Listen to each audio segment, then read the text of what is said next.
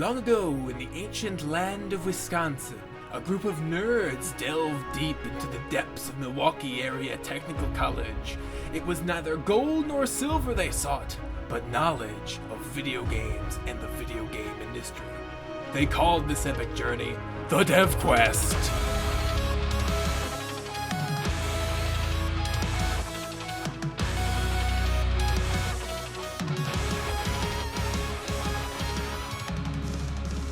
Welcome to the Dev Quest, the podcast where we talk about video games and the video game industry. I am your host, John Harwood, and I'm joined by my co-hosts, Jason Wisniewski. And George Madison. And today, guys, we are going to talk about, what was it, Jason? What? Me? Yeah, do you remember? Is video game addiction real, and is it the same as other addictions? That is the thing that we're going to be discussing. Yeah. So yeah, a video game addiction. Is it real? And is it, if it is real, is it different from other addictions? Jason. Sorry guys, I'm sick. It's hard to say, because I can't speak from experience. I don't know anyone who's been addicted, and I've never been addicted to anything, so I would wager to say no, because I don't think video games work on the same level as something like that. Because as far as I know, addictive substances actually affect your mind and affect the way that your body reacts to things. But why does it affect your mind? Because chemicals. Science. And what do the chemicals do? Science. See, I have the answer. Oh, yes. okay. George is here. Professor George. So, it's a gland. What is it called? Bill. Something gland. It starts with a P. It's something gland. Pituitary gland? Pituitary. There you go.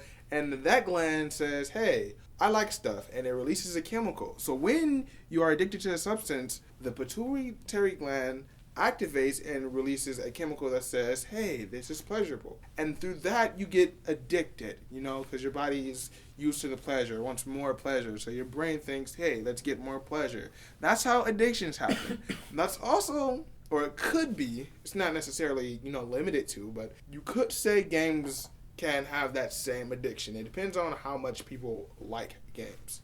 Okay. So me personally, I'm not addicted to games. But I do have a friend, I won't say his name, which I do believe he's addicted to games because he's always talking about playing them in class and just everything. He likes games, he loves them.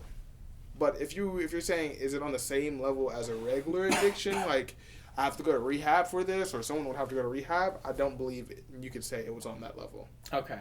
So I don't know how much science you actually know about this, George, but George is a scientist. Yeah, George is a scientist, by the way. Dr. Madison. Yeah, PhD. Dr. Madison. No, I was just kidding. I don't think he's actually a scientist. No, but, he really is. Ask him all your scientific questions. All right, but so question: does the pituitary gland just release those chemicals when you see something that you like? Because the thing about video games is that they're not actually a chemical that can induce that. So I guess the way that video games could do that is just by visually or just auditorily triggering that pituitary gland. Yeah, based from my understanding of how the pituitary gland works, it doesn't have to be something that is in direct contact with your brain. So I don't want to use that example. This is PG. But that was the example I got in class, so that's the reason I was thinking of that. I think the best example to compare video game addictions to would be a gambling addiction. Yes. It's nothing that's actually entering your body or any substance that you're using. Right, it's just an experience. Yes, and you find pleasure from that experience, and your brain says, ding, I like this. And through that, your pituitary gland activates and releases those chemicals. Okay. Yes. But if you can look it up if anyone out there doubts me. But if we're running off of that idea, though, then anything could be an addiction. Because that's a very... It depends on how much you use it, though. It depends on how much you use it. Yeah, it depends on what activates it. Yeah, but it means saying that, okay... In that way, that video game addiction would be the same thing as having a running addiction. It fits the same parameters, but that's basically saying that anything in the world that you can do can be an addiction. Right, but you don't just find something pleasurable. Well, I think everything can be though. I think the main distinction though that makes video games more addicting is that there's a cause and effect relation. Though I feel like running, it's just kind of you're running and then you feel good or you feel bad. If you like running, you probably don't feel bad. You can get addicted to running. How there are a lot of exercise hypes out there, and the reason is because they do get that stimulation from exercising. Okay, I guess that's interesting. But yeah, I guess the thing that sort of makes games addicting is that, there's some sort of action that you do, and then there's some sort of really satisfying effect that happens because of it, and then you just keep doing that, and it just kind of keeps making you feel really good. Yeah. I think the same, going back to gambling addiction, that's a lot like what that is, but that's an actual risk-reward thing. Right. Where being bad at, well, you can't really be bad at gambling, but if you're Sure you can. having a bad time at gambling, it has a detrimental risk on your life. What would that, well, you can go into That's debt. the adrenaline though. Like you Yeah, know, but what kind of similar effect would a video game addiction have to that? There's no like life risk to that other than just being cooped up in your house. taking into consideration that when you're playing a video game, if you're really into it, you live vicariously through that character. So whatever that character does, you also feel like, you know, your mind is actually doing. So if you did something and you're like, oh yeah, I feel really good about that, even though you didn't physically do it, your mind says, hey, I'm living this character. I did that, you know? So that's when the glands fire off. So if someone likes Devil May Cry, they try to impersonate Dante and they go out. And They're not trying to Yeah, I impersonate don't, Dante. I don't know if I really agree with that completely. I'm saying like your mind can make a distinction between what's reality and what's virtual reality. Like you're not. If that's the case, then video games would just be dangerous altogether. Yeah, What we've I'm already saying had is that that discussion. you feel a sense of accomplishment, and that sense of accomplishment is what triggers your pleasure. You know, you find pleasure in accomplishment. Like that's the same that if you got an A on the test, you know. You could get addicted to get an A on the test, but you gotta always get an A on the test, which is why it's not always as common for people to have an addiction such as that. I feel like with that though, that's different. There's like for wanting to get good grades is more of like a social pressure and more of like a personal sort of pressure to do Right. well. But I wouldn't say it's like an addiction. Like a person, in order to feel normal, needs to get good grades. No, I'm not saying that. I'm saying like it wouldn't be that. Oh, okay. You mean that type of addiction? Like, I thought you just mean like, pretty much you're an addict, and like, I didn't think you were meaning like all the negative effects. Like as I mean, well. like a real like addiction. Like a real addiction. You still could get addicted to video games because I'm pretty sure there's at least one person in the universe who just doesn't do anything with their life and just plays games. Well, Well, those are called pro gamers. well, No, I mean, not, like, not like- necessarily, but I know. I remember World of Warcraft. There was like a big hubbub about that. and Everyone being says that very people are addictive. addicted to WoW. It certainly is a compelling game. Like as a person that has played WoW for many years on and off, like I can see where people get that assumption, but it's never been to an extreme like that. At least not for you. Well, at least not for me, and nobody that I've actually talked to. Like, yeah, it's a compelling game, but the way that WoW is, like, at least currently, like, it's really exciting and fun for a while, but then, like, once the expansion goes through and there's really nothing left, everyone usually falls out, and they stop playing for it until the next one comes out. So, I mean, there's always that fluctuation. Like, no one's always playing it. I mean, there's probably some people, but the vast majority usually are in and out of that game. Are you sure? Because I know that there's a very loyal fan base to There is a loyal Warcraft fan. that always continuously keeps playing it and keeps at least subscribing Well, to it. I mean, I consider myself a loyal fan, but You don't consider I'm not yourself... playing right now. I mean, Well, right. well, not. Oh no, I mean not like Or right aren't now, you? but I'm not subscribed to the game right now. Oh, okay. Or aren't you? I am. Maybe you're mentally subscribed. I'm very enthralled. You're and playing- involved if that's the story of WoW. You're playing WoW in It's not secret. something I want to give up. Right. You've got your hand in your pocket and you've got like some sort of phone that's remote Yeah, I've got a controlling little your desktop from home. Pocket computer. Right, and you got like some type of contact that somehow Google Glass. right, like, the Google contacts. Yeah. With video game addiction, or supposed video game addiction, whatever you want to feel, I think that it's less likely to happen because video games cause you to feel a variety of different emotions as opposed to other substances where, like, if you're addicted to a drug, that drug is going to make you feel good. Gambling makes you feel good or bad. There's no middle ground between that. But video games invoke such a wide variety of emotions that you never know what to feel. So I guess I'm more referring to addiction to one video game in particular rather than just video games as a whole. Because I see what you're saying, that if we're talking about just can addiction to every video game be a thing, I don't think that's really possible because a lot of games don't really have that sort of feedback system required. Yep, like E.T. Well, like the I don't think Atari anyone's- game? I Yeah. don't think anyone's addicted to E.T. Yeah, I don't think so. So I'm saying, like, you know, unless you just love games that much. No one Right. loves games that much. Yeah, I don't think... I think as a whole, like, video games in general aren't, like, one addicting premise, but I think that there are certain games that people can be, like, addicted to. Yeah, some games have addictive qualities, which is, again, WoW has Yeah. I'd probably put- borderline addicting. I would say more or less compelling, but that's just from my side of things. Yeah, That's I a would- subtopic then. Right. I would probably put Bethesda RPGs and probably like WoW in sort of like a similar category, because I do actually know people that that avoided playing those games specifically to like not get addicted to them and have them destroy their lives. Yeah, I mean, I've been playing a lot of Fallout 4, but I wouldn't say I'm addicted. I guess that, I'm not accusing anybody here of being addicted. Yeah, but I think you can get addicted like really easy though by just like depending on what the game is and what's causing you to Fallout? likes to play it. Like Well, we're talking games in general. We're talking about video game addiction. Ian joined us. If you had not And- heard at this moment, Yeah, and George is moving his very noisy coat. So if you're wondering what that was, you probably didn't hear it though because it's not that noisy. You heard it here, folks. all right. But yeah, I would say that Bethesda RPGs and like World of Warcraft kind of fall into this similar category where it's like you're going on quests, you do a thing, and then you get a cool reward. That's because they're RPGs. Yeah, I guess so. But That's saying every RPG is in the well, same not category. every RPG is like that. But Final the way Fantasy. the way that they're set up, I think. What RPG doesn't send you on quests? I can't think of one. Exactly. Text RPG. They still send you on quests. Yeah, the Yeah. whole game is a quest.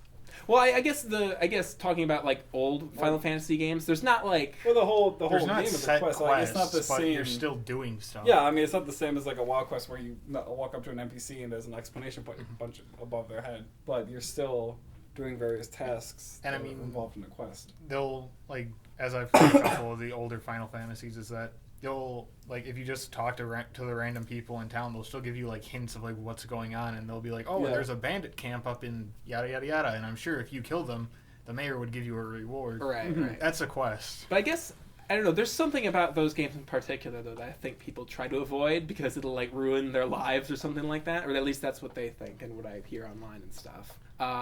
So I don't know. Maybe it's just What? the fact. Well, I do. I hear like a lot of it's kind of exaggeration, but I hear a lot of people being like, "Oh, this game ruined my life. 10 out of 10 or something like that." Oh yeah, that's all sorts of exaggeration. I mean, I was gonna say like if you feel that way, then you probably didn't have much of a life to begin. Oh, George, Snap. George taking shots at video game people.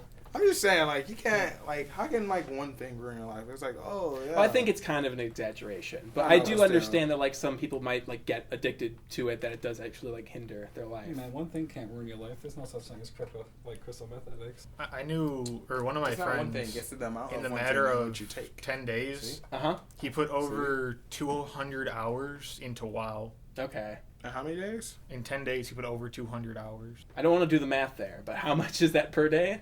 Well, that's I mean, about 10 hours. It's like 20 hours a day. yeah, it's about Okay. 20 hours a day. All right then, that is a lot Yeah, per that's day. 4 hours of sleep every night. Yeah, and I mean, I still don't think he slept half the time. Right. So that's what I'm oh, talking wait, you about. said 200 hours. Whoa. Yeah, that's what I'm talking about. It's like that's kind of a problem, right? Like that's. I mean, it was during the summer, so No. So I mean, Go outside, experience something. no, the sun burns. yeah, I don't like the sun. Sun's mean. It's hot. Oh well, I'm black. Bright. Wow.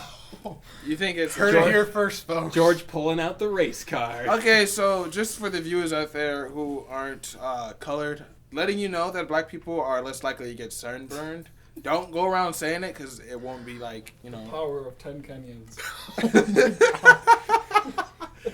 It's it's the truth. It is what it is. Whoa. We already put the disclosure that, like, we do not. Yes. Okay. You put that at the end of every Okay. podcast. Okay. Oh, all right. So There's no black people harmed in the creation. oh my God, George. No, that's when we have to do the ice bucket challenge because you're gonna be the first person to do it. no. Bucket. Oh man. I don't what- like the code. So on the topic of video game addiction, what do you guys think of Flappy Bird and sort of the whole reasoning behind the Is that- guy taking the game down was that so many people were like addicted to it that it was like ruining their lives and stuff, and that was his justification Was for that the taking the reason? game down. I No, can see it's that. because so many people kept on threatening his life. Yeah. Because I it thought was, that. they kept on going like, "Oh, this is such a horrible game. Like, why don't Yeah, you he go kill felt yourself?" And it's literally like threatened for his life. And I mean, everyone was copying the game and all sorts of Wait, shenanigans. what? Why did Oh they? yeah, Flappy Bird was a big thing. I know that, but why would they threaten his life over it? Because Like, they're mad. how can you It just? was infuriating. How about this? Not play it. You know? because that would make too much sense. That's Because they're reason. addicted to it, George. That's That's the reasoning. problem here. Oh my gosh. Full circle. then they're not gonna have time to go kill him because they're gonna be too busy playing the game. See? There you go. Problem I mean, solved. Problem solved. If you just think about it. All right, but what did you guys think of that? Just I don't know. Game addictions. I've never played Flappy Bird, so I don't know. I play Flappy Bird. It is quite addicting. It just, I mean, you just want to get past 1 and then you feel accomplished. And then you can't stop there because now you got to get to 2. And then after you do that, it just keeps going It can't on. be that hard. Oh no, it's that hard. it's pretty difficult. I've played it a little bit. Huh.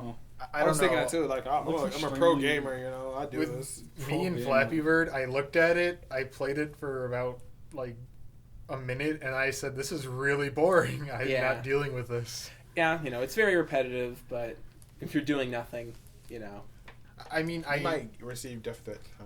it's very similar I don't think no one to. cares about Flappy Bird anymore. yeah, it's kind of old news at I this don't point. know. I just wanted to know what you guys thought about it in What's the context name? to video game addiction. I think it's very similar to kind of like Candy Crush, Okay. of that it gives you that burst of joy, like, oh, I got past one more pipe. I got past one more pipe. Yeah, if you But play it's Candy that- Crush. It's that once you understand, like, it's just a gimmick, you go, this is really stupid. Right. Yeah, I think that's sort of one of the keys of sort of a lot of these sort of addicting games is that they have very sort of like bite-sized sort of reward systems, it seems like. Because with WoW, I get like there are like quests and stuff, but with Final Fantasy games, a lot of times it's just one big quest the whole time. But with like Fallout and Skyrim and World of Warcraft, it's more like there are more smaller quests, and then you get the reward for doing them. Well, it's small quests, but each expansion is like a new adventure, a new problem. Right. So in that sense, it's one big quest with a bunch of small quests Okay. in it. But I had something to say. I forgot it after you said that. Something. Like you said when it's just a gimmick. Well, that's pretty much. I don't want to just like say it like just disclaimer.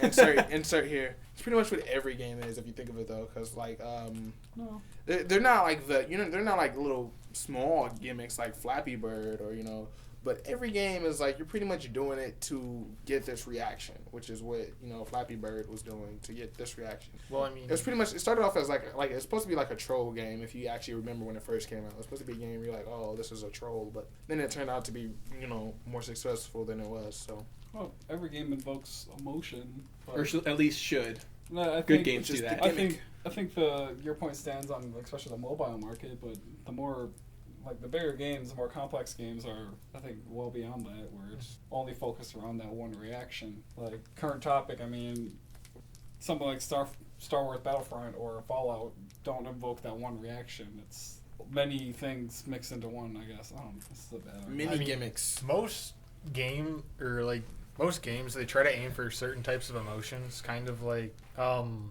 I guess I'll use visual novels as one example, because it's that most visual novels, they're aiming for the emotion of joy and sadness, Okay. which are both very difficult yet very easy to accomplish. How so? Well, one of the easiest ways to make someone really happy is to have them get revenge on someone who's wronged them. Okay. It inspires this joy in the player that, from a standpoint, it doesn't make sense because everyone, if you talk to someone, they say, well, revenge isn't needed. Mm-hmm. Like, if you need revenge, it's wrong. But it's that because of how we were kind of created, we just sort of developed this, when something bad happens to us, we want revenge on the person who did it. Okay. So it's that. Too much TV. I'm just kidding. If you watch TV, then you should know that revenge is not the way to go. Well, yeah, but it's that's how our mind works like that. It's like we're so happy when someone who got wronged gets back at the person who wronged them. I guess that's true, yeah. Is that really for everyone? Because I don't feel like I feel like a lot of that's stories weird. are like that. Mario is all Rambo. about... Yeah, Rambo is like a revenge Rambo. thing. Mario is all about, like killing Bowser and You don't whatever. kill you're Bowser. rescuing the princess is the goal. Right. You don't Right. care Wasn't about to Bowser. kill him. Bowser But it's just becomes secretly about killing Bowser. Secretly. No. Mario's secret desire. But it's like going back to the sadness as well. It's like one of the easiest ways to do that is to get you attached to a character Okay. and then kill them. Kill them. Yeah, I mean, as far as like authors go, the author of as much as some people hate him, but Isn't it the same Game as- of Thrones, George R.R. Martin? Yeah. I mean, he's very good at killing off people that are important, and he does it in a way that makes sense, and it shows that it's a living world. Like, a main character can still be cut out just as quick as some nameless over on the side of the street, Yeah. which it's I very wouldn't true. Like that. I wouldn't like that. I mean, it is true, but then you started to care about this guy, and then 3 years later he Well, dies. Like That's the That's the whole. point. That's the point Yeah. of sadness, George. it's not. It's not. It's Sounds not like you more like like it. sadness. Like for me, I guess like it depends on. I wouldn't get sad like if my favorite character You died. get angry, I get frustrated. Like okay, well I guess we're done. but that's what with it was the show. going for. It's So going he wanted for everyone to just stop watching the show because if everyone was like me, they stopped watching the show as soon as that person died. Well, not everyone's like you, George. Not Well, everyone's I'm like, saying- the I'm thing, saying, if that George, was the the thing case. about that show though is that there are so many really good characters that you kind of just keep watching because they're like, even if your favorite one gets killed, it's like, oh, well, I still like this person, and this person. So it's Yeah, like an it's- anime that's real life. You know, it's. I mean, I wouldn't. if you want to use that as an example, Yeah, I wouldn't use that as I wouldn't use that comparison, but I get what you're saying. Yeah, what I do really like that about Game of Thrones is that it's like pretty much anybody can die, but what I do like about it is that they don't die for like no reason yeah, to a point where it makes you This is Sparta! furious. Like but- arrow to the neck. Yeah, Or, not, sorry, arrow to the knee. everyone dies for a reason, and that reason's always important typically, yeah, because it'll advance the story in some way. yeah. Kind of like one of the biggest reasons they killed off Robb Stark Uh huh. is because now they're trying Spoiler to. alert, by the way, for Well- Game of Thrones season 1. I don't know who that is. But it's like now they're trying to Don't bring up watch Jon Snow and show it that he's now going to be like one of the lead characters. Talking about, hey, Emil. What up? Emil's in the office now. Not Now long. he's Bye, leaving. Emil. Bye, Emil. I was Amel. By the way, I was talking about. By the way, I meant Game of Thrones season 3. Sorry to be a scrub. I said season 1 before. Did. Yeah, I haven't seen the third season or not. Whatever season came out last. I think it was the 4th. I think it was the 5th actually. Yeah, I haven't seen it, so Yeah. I have no idea what's going on. Well, I know that someone goes over the wall and yada yada yada. This Yeah. is Sparta. Hey, on the same like lines, do you guys have like a favorite character in a game that has to die, like as Oh. a pivotal part of the story? Oh, that's actually Jason a really Shepard. interesting question. Isn't it? Shepard. No, because Shepard can live, But Shepard dies though in Ultimately, Mass Effect 2. I mean, Well, there is a one. yeah, that but he comes back to life. Yeah. So- But he does He did? die. Just saying. He came back to life. Why do you think there's Mass Effect 3? No, I mean in Mass Effect 3.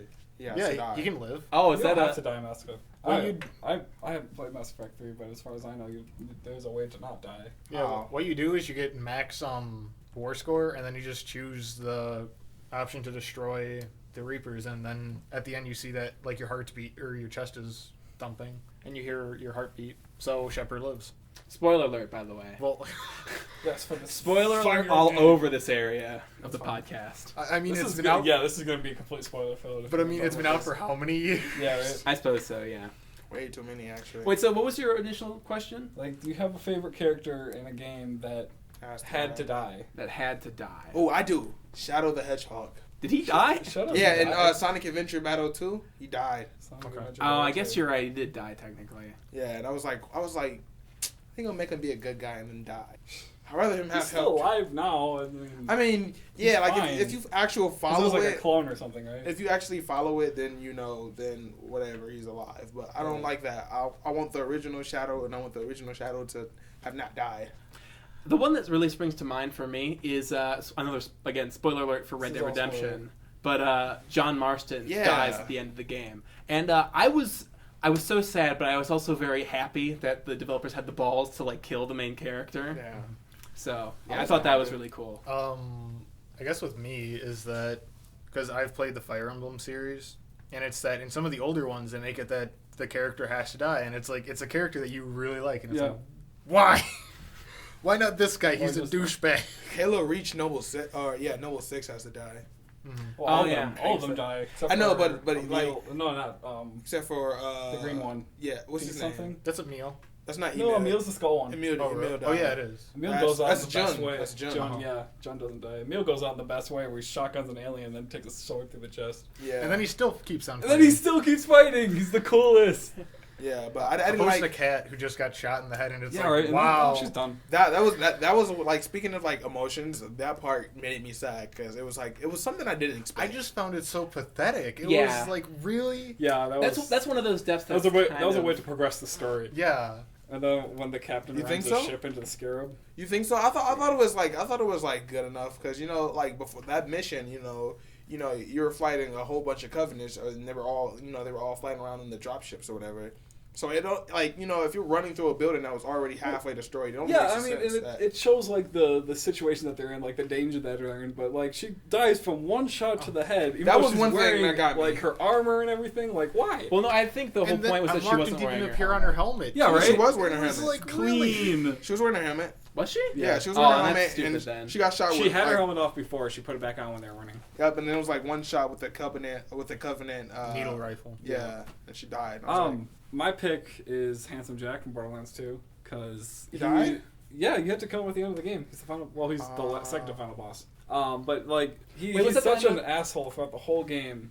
He's taunting you like, and you but Constantly. yeah, but like as you go through, you learn like what he is and like why he's doing things and some of the really bad things he's done, the really good things he's done. And he's like one of the most relatably like good characters that I've ever known in a game. But he's also like the most character that I've ever wanted to kill in a game. And at the end, like it's satisfying and it's sad knowing that this great character is never going to come back. Right. I actually think and I'm sorry I'm cutting you off. That's fine. But I think something that they did really well is the pre-sequel, Pre-sequel, yeah. where they showed him as a good guy and wanting to help people. Yeah, and in the 2, he was a good guy. Yeah, his he went about it the wrong way. yeah, his goal was noble, but he was doing it in the wrong way. But before that, when he was just a guy, before he like rose to power, he was really trying to be a hero. But his mind was pretty much affected through constant betrayal by the people that he held close to him. Mhm. So he really got a twisted view out of that. And you get to play as him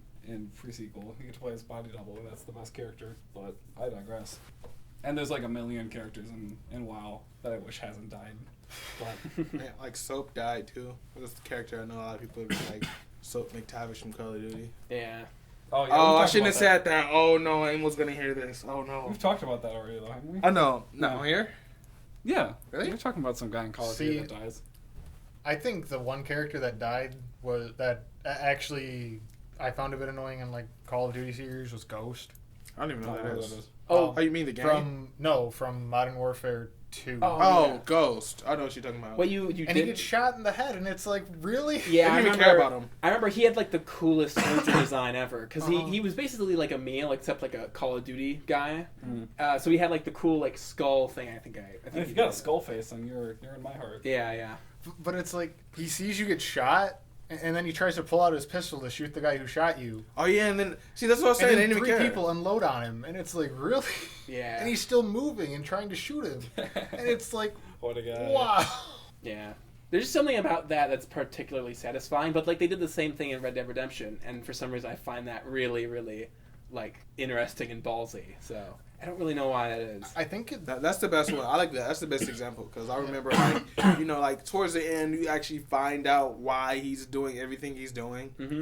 and then you're like, oh wow, that's a really noble cause. He just wants to live a regular life with his family, and then as soon as he's able to live a regular life with his family, he just like gets murdered by the government. I was like, wow, Yeah. that's dirty. I mean, Dirty. that game pretty much. I mean, like.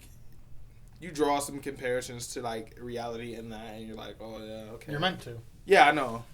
That's another thing I like about games when they do that, where they're like, "Hey, message." Right. All right, so let's move on to the next topic. Okay. Next topic is microtransactions. How do you do them well? Because I know there's been a bunch of stuff in the news recently about Payday and how they're completely failing at doing Did their we talk about that? microtransactions. Did we? I think we talked so. about Payday for sure. I think we We mentioned can always it. I don't know. revisit it, but Yeah, I don't think we talked too much about it, but I know. I still got to say the company that did microtransactions really well was Bethesda with Fallout Shelter. oh yeah, okay. I remember. I do remember. Yeah, we talking did talk about about this. Yeah. Okay. What is Fallout Shelter? What is it? Yeah, I remember. It's an app Um, where you play like Fallout. what you do is that you build, because I'm sure everyone here has played at least one Fallout, and it's that what you do is build a vault for all your people, and then you have to maintain it, make sure that it keeps up, and like it makes food, water, electricity, caps, Okay. and then you do that so that it allows you to maintain your vault. And then how you get extra like vault dwellers is by either making them have children, which is a very cheesy and kind of comical like talking between them.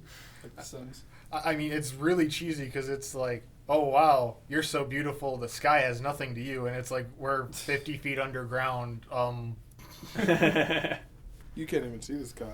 Well, that's the joke, isn't it? Is that like, oh, the sky is so beautiful because they're vault dwellers, right? And then it's like a kind of like a cheesy pickup line. Yeah, but it's that going off of that, it's that it really shows as far as like microtransactions goes, it makes it that everything in the game you can get without the microtransactions. It's just going to take you a bit longer. Okay. And it's that it's not a pay to win because you're not against other people. Okay. You're seeing how long you can survive. So it's that how they do it is that you buy like 50 lunch boxes, which is kind of like their care packages for lack of a better word. And it's like for 50 it's like $20 or something. I mean, and the one difference between the ones that you buy and the ones that you earn is that when you buy them, you automatically get like one rare like character or weapon or whatever. Right. Opposed to in the normal boxes where there's like a 10% chance where it's a rare. Okay. I see. I think the best microtransaction in my experience has been from Team Fortress 2, where you can purchase new weapons, where the weapons they don't really make you stronger, but they kind of mix up the character's gameplay, where you can kind of do a different play style with them, but a person with the base weapons still has an equal chance of fighting against them. Like they have the same amount of chance of winning. Like with the Double Man, he's traditionally like a grenader, but you can get like the sword and the shield and turn him into kind of like a melee warrior. I mean, a good grenader Demo Man can still beat the melee Demo Man, but that option is still there. And they're not only microtransactions. You can get them, like, you have a random chance of getting a weapon after each match, but you have this option of buying these weapons, and the weapons are also being created through the workshop, so there's user-submitted stuff that might sometimes make it through, and I don't know, I think that's the best example. I've never played Team Fortress. Oh, it's super fun. You should play it. I don't believe in microtransactions. You do not? No. Microtransactions. Because then I guess they can heighten the experience. Like for the Fallout, I can see why why you would want to. But like for like versus games, it's like It depends on your business model. Mm-hmm. For something like Team Fortress 2, the microtransactions are fine because they're not very expensive, but the game is free. Yeah. So they're trying to get that profit in somehow. But for something like Call of Duty, where you're paying a $60 game, and then you're paying like $20 for like map packs and stuff, that's what I'm saying. Is like that's dumb. I Or wouldn't do Candy that. Crush. Candy Crush. So do you think having like map packs and stuff like that is bad business then, too? Or No. Yeah, a bad, it does. bad business practice? I think it depends on what you add. Define bad business practice. Like they 'Cause don't get money from it because they get a lot of money from it. Right. Well, the thing is that I always thought that like map packs and stuff were a good way to sort of introduce. At that point, it's not even like a microtransaction; it's sort of like an expansion of the Yeah. current game. So I always like thought those were all right because you're actually getting like new content that you didn't have before. Whereas, Getting that new gun. I'll for word it like $20, this. it's like, What would happen if, say, Bethesda or BioWare, they said, hey, everyone, we're going to release a DLC, and then they release it, and all it is just terrain. well, they're always more terrain though. But That's a bad I suppose example too. Because But it's that I'm talking about for, like, the first-person shooters. I mean, it's the same thing. It's that, oh, it's a different map. I suppose that's an interesting point. But at the same time, what are you going to add to just one? You can always add, like, that's a bad example in my Game opinion. modes. Yeah, Because different it's like game modes, different, because I know, like, I don't know if Call of Duty has, or which the Call of Duty that came out now has it, but like spec out missions, Mm-hmm. but have it like story driven mission, kind of like I know Halo Reach had it, or maybe it was Halo 4, but it's that Halo 4 it had Spartan Ops. yeah, and it's that it was a continual story, Okay. but it's like do something like that, because then it's like what if I'm not a big fan of like multiplayer, and like what if I hate the map Right. that you guys are giving me, but it's like, oh, to play this game mode, I have to get this map pack. And Oh yeah, And the- I always hated when they did that. one of the big problems with like the map packs and stuff like that is that in a game like Call of Duty, it divides the community.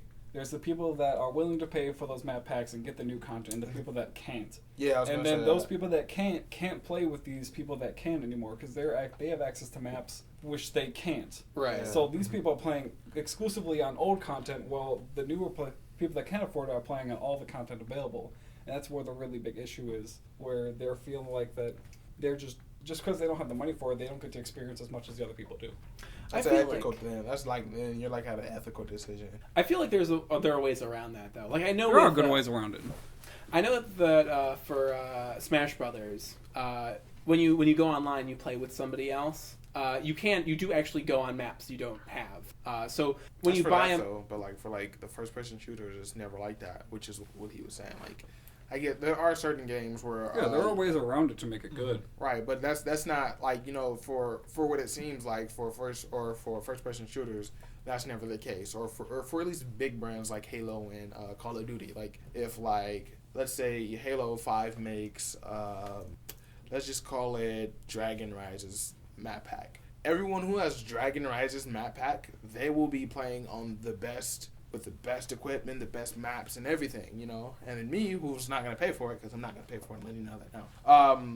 You know, I'll be stuck here like, okay, I wish I could play on that with somebody. You know, all my Right. friends are playing on it, and I gotta sit here and get kicked out of the game just because they want to go play that. Yeah, That sucks. that's the issue. I think your Smash example is a good example on how to do it Yeah. right. also I might want to specify that like whenever I play Smash, it's always like in Omega mode. So technically, I'm not actually playing the real map. I'm playing the Omega version of the Yeah. map, which uses a lot of Which the is all the assets same. from it. But still, So yeah, something like Smash, because I mean, there's the purchasable characters, but that doesn't detract you from the value of the game at all. yeah. It doesn't divide the community. You can still play with everyone. One thing. Oh, I'm sorry. Continue.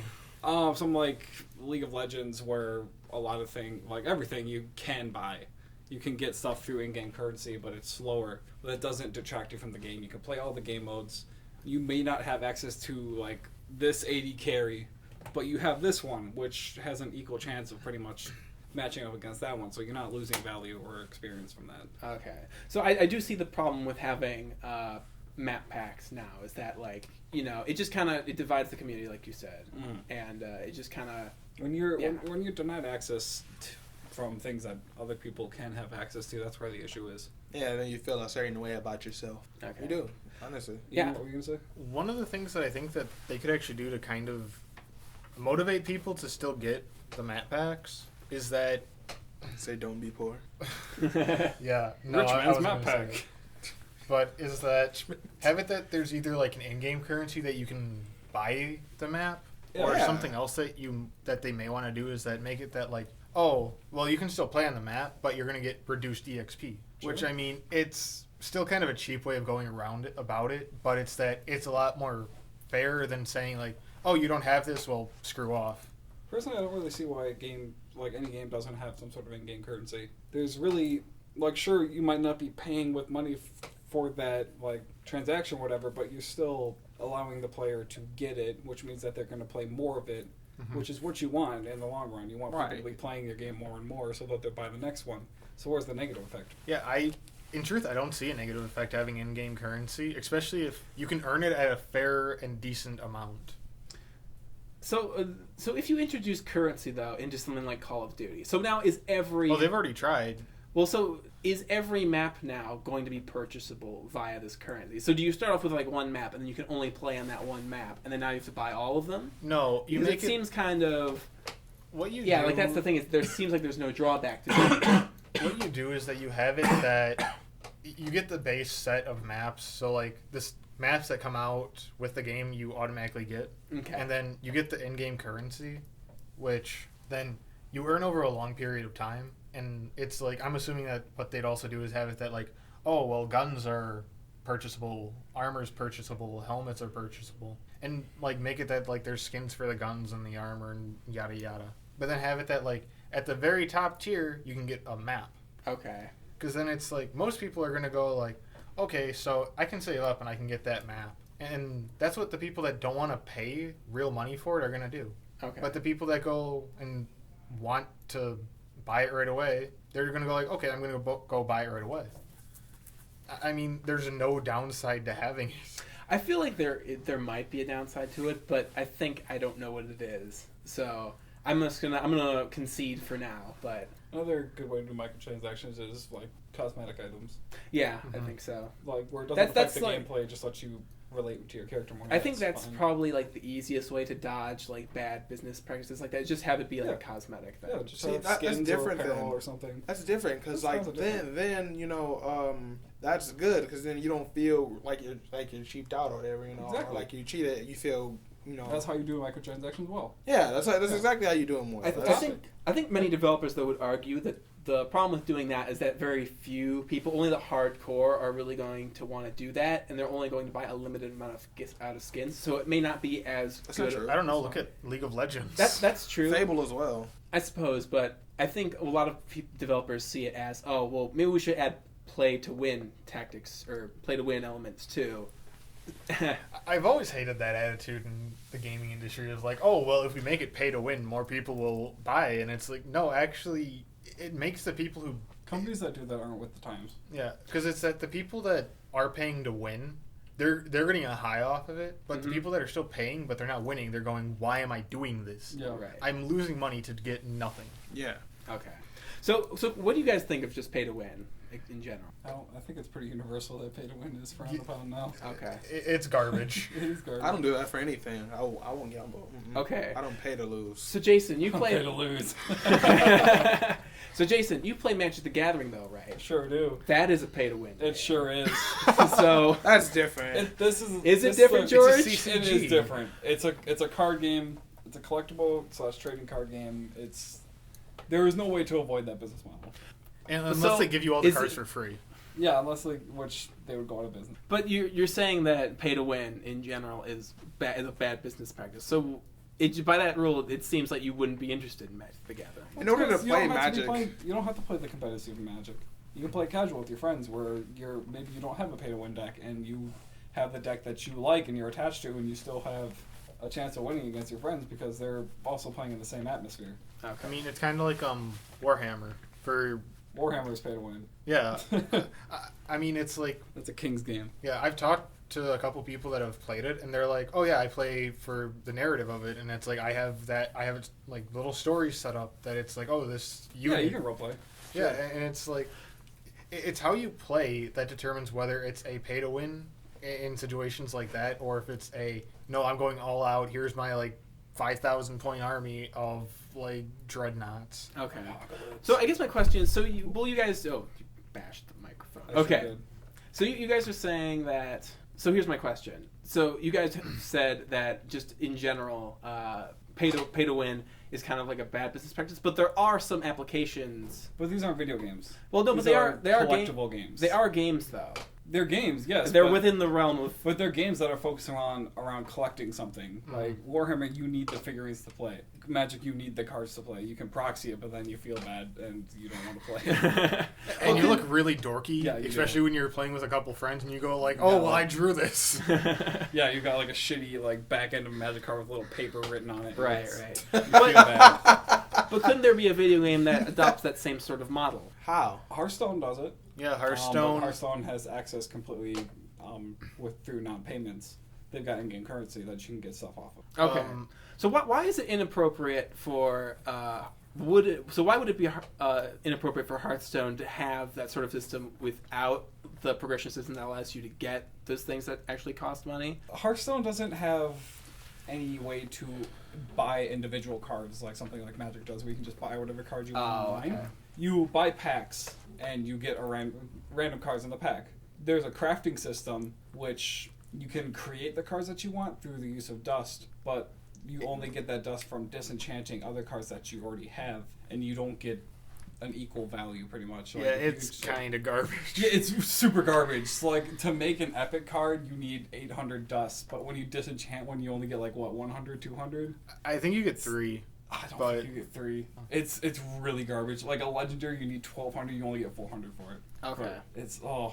But my point is that So you guys. slow. My point is that you guys are all bashing on pay to win, but it does seem like there are certain applications for it that do It's- work. Well, Yeah. I guess it's all in the eye of the beholder if you really think about Yeah. in like a tabletop with collectible experience, there's no way around it. Mm-hmm. I guess There's no that's way true. It's a it. fact of life, pretty much. it. Like you can't, like you can say like Yu-Gi-Oh, you know. You go, but you have to pay for the cards. That's what I'm And saying. Like it's you gotta that- play Yu-Gi-Oh's for if you even want the worse. good cards. It could be a lot worse because what they could do, and I know I can't think of like what card game actually did it, but it was like a new company took over like for the company that was making them, and then they said all cards in like generation like X are not affected by any previous generation. That's making a card game completely 100% pay to win. Yeah, that's not a good practice. That's why Magic has so many different formats that you can use cards from any time. Right. Okay. I mean, I have my deck, and there's like stuff from the first generation in there, and it's like, okay, I think If you this is a got little. stuff from the first generation, you should sell that deck. Well, it's like it's so messed up because it's like I have stuff from the first generation to the new Zendikar, Yeah. and it's Yeah. like I just look at it and Yeah, it's if like you're playing a this is casual messed up. format, that's fine. If you're playing the standard competitive format, then that's not going to fly. Mhm. But you don't have to play that. Hearthstone, there is only one format, which is, but it's you can use every card Yeah. from that they've released so far, so it's not an issue. Okay. Interesting. Okay, cool. So let's move on to the section of the podcast where we talk about what games we've been playing. New segment. New segment of the podcast. All right, Jason, you first. Oh, me first. You're always first, Jason. Well, I've been playing a lot of Fallout 4. I don't think that's a surprise to anyone. It's my first Fallout game. It's really fun. Is it? It's your first Fallout game? Yeah, I haven't played any of the other ones because I don't have consoles. I told you this. Okay. So you popped your Fallout cherry? Fallout Cherry. My Nuka Cherry, you might say. Yeah. Oh my god. Yeah, your Nuka That's- cherry. So that's Nuka fun. Cherry. I've been doing a full melee build. I've got one gun that I need if I ever need range, but I am Is it a 10 absurdly mil? strong. What? Is it a 10 mil? No, it's like a modded out laser rifle. Those are fun. They're fun, but I only use it if I absolutely need to. I've got like 6 different melee weapons. I can't die because I've got like the reduced damage buffs and all that kind of stuff. Like I'm absurdly Is someone powerful. OP? Hmm? Is someone OP? A little bit. I mean, I took on 2 death claws at once and I was fine. Really? Like, Wow. I feel like especially if I'm in my power armor. Oh boy. Another one. I'm not the only one who said it. What? You almost said it What? Oh, I said the F power word? armor. before. No, I didn't. I'll be sure to censor it anyways, whatever you were talking about. I didn't even come So, close. so I haven't played Fallout 4, but it seems to me I've seen a lot of videos online. It seems like Death Claws are a little bit weaker than they were in you have previous to games. fight one really early. They Do you? are and they aren't at the same time. Okay. Because it's that I think they like Death Claws are on a leveled system opposed to like the rest of the world. Oh, okay. Because it's like the one that you first meet. If it was as difficult as some that I've taken on, like Prior? at level 50, I would have ran away. I would have run away like a little girl. Right. Because it's that I had one that it's because I'm not a full. I'm a range character and I have no. Pansy. But I have nothing that stops me from taking damage. Oh, right. So I have 400 health as just my standard health. One hit took me down to 200. I don't even know how much health I have, to be honest. But it's that I have no. For you, it don't matter, right? It doesn't. I have no I have no damage resistance, and it's like I'm wearing just like normal clothes, and it's Yeah. like, I mean, I've got like the increased health perk, the damage resistance perk. Like I've got I do like double melee damage. I got a chance to one-shot people. If I'm in my power armor, when I'm running, I just hurt people and knock them down. Like I'm just absurdly powerful. the pain train. The pain train. That's right. It's just like I died one time because I was on the glowing sea recently, and I was taking on 3 rad scorpions. One of them being a legendary albino rad scorpion. Screw those things. They're easy. Like I They're died one time obnoxious. because I got a little too cocky, and I was in my power armor because they can poison me. And why no, they that's can the whole poison me reason when I I'm in died. power armor, like I don't know. Right. But That's the whole reason I died from those things. Is like I had 4 of them just attack me at once, and all of them gave me poison. So Yeah. my health just went down like that. I also have so many stim packs. I've got like 110 stim packs. Like I can't die. That's what I figured out for Fallout New Vegas when I was like really, because I kept using the stim packs and I was like, I think I'm just gonna let my health be down for a little bit and just collect them, and I just started collecting them every time I'd find one, or like I can't remember where it was where I kept buying the stim packs from, but I would like just go out into like the world, find like little caps like lying everywhere, or like kill bosses or kill enemies and take theirs. Right. And just like I just kept collecting them. I just kept collecting stim packs. I had like 76 of them. I still think I have at least 36 of them. So how did you like regain your health then when you were doing that? Were you just like did you I drink a lot of didn't water? actually. Eating I think garbage. I didn't eat garbage. I would actually just like after I get out of a situation and I realized my person was dying, I would just go home, sleep, and then come back. Okay, I see. Yep. You ever play on hardcore mode? Because that's what I play on. I play on normal and I still hate Fallout because of that.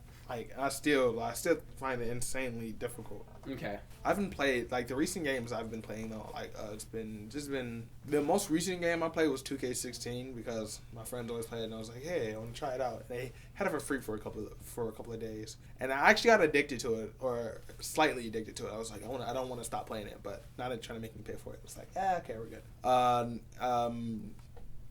That's pretty much it. That's like the last game I played in like the last couple of weeks. Okay. Actually. Ian, you? As far as with me, I've kind of been playing Fallout, and I've also been playing a bit of Europa Universalis. Oh, you're playing that now? Oh, I've always played it. Oh, really? Yeah. Okay. What's that game? Is it like Risk? It's a grand It's a good strategy game. game on an absolutely massive scale. Yeah. Okay. It's huge. Yeah, and then I've also, like, I mean, it kind of goes along with Europa, but I've been playing Crusader Kings 2, which is kind of just the medieval version of it. Yeah. It's like a civilization game, you know? Okay. Except Cool. bigger. But yeah. Anything for you, John? I've been playing Smash and also Smash.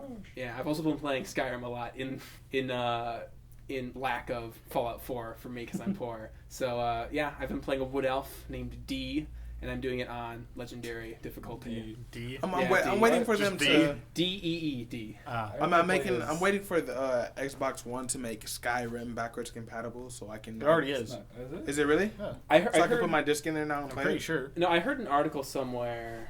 Actually, maybe you're right. Hold on, never mind. I heard an article that they had already ported it successfully to Xbox One, but they didn't like ship it at all or anything. So I don't know if that's what you were thinking, but I'm pretty sure that it's capable with it now. okay. I'm gonna try, and if it doesn't work, you know. maybe Everybody that's vicious. email your hate mail to Ian. Right. Oh, I get enough of that every day. gmail.com. So I also want to point out that I'm pretty upset about myself for this.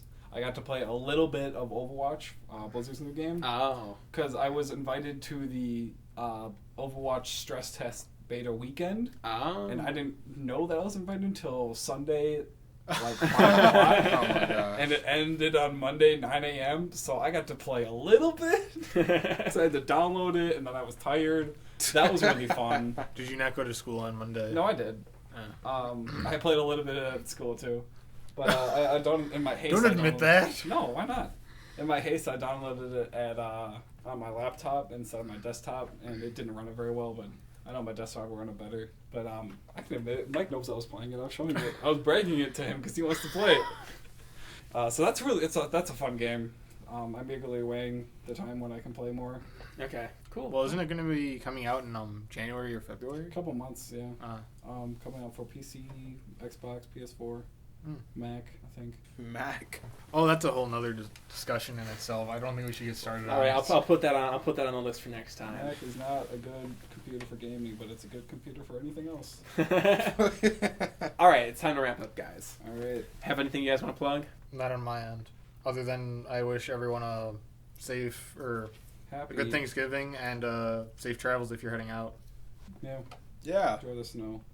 Anybody else? Have a I holly recently jolly found a Christmas. YouTuber who's It's like the an best 80-year-old time of woman the who started a YouTube channel because of her grandkids, and she's the best. Okay. Really? It's called like Shirley Curly or something like that. Okay. And like she's like 80 years old.